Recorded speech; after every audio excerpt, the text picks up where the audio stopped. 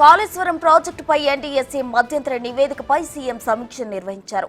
ప్రభుత్వం తదుపరి చేపట్టాల్సిన చర్యలపై మంత్రులతో చర్చించారు. కాళేశ్వరం ప్రాజెక్టులో అత్యంత కీలకమైన మేడిగడ్డ కుంగిపోవడం, సుందిళ్ల బ్యారేజ్కు బొంగులు పడడంతో తాత్కాలికంగా చేపట్టాల్సిన మరమ్మతులు, పునరుద్ధరణ చర్యలపై ఇటీవలే ఎన్డీఎస్ఏ రాష్ట్ర ప్రభుత్వానికి మధ్యంతర నివేదిక ఇచ్చింది.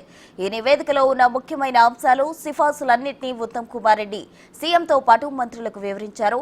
2019లోనే బ్యారేజీలకు ప్రమాదం ఉన్నట్లు తేలిందని, రిపేర్లు, పునరుద్ధరణ చర్యలు చేపట్టినా ప్రాజెక్టుకు ముప్పు ఉండదని తోసిపుచ్చలేమని ఎన్డీఎస్ఏ అందులో స్పష్టం చేసింది.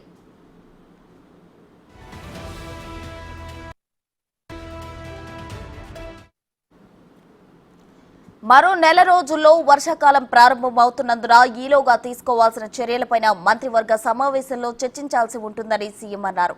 రిపేర్లు చేయాలా, ప్రత్యామ్నాయాలు ఏమైనా ఉన్నాయా, మరింత నష్టం జరగకుండా ఏమేం చర్యలు చేపట్టాలనేది ఇరిగేషన్ విభాగం అధికారులతో కలిసి నిర్ణయాలు తీసుకోవాల్సి ఉంటుందని సీఎం తెలిపారు.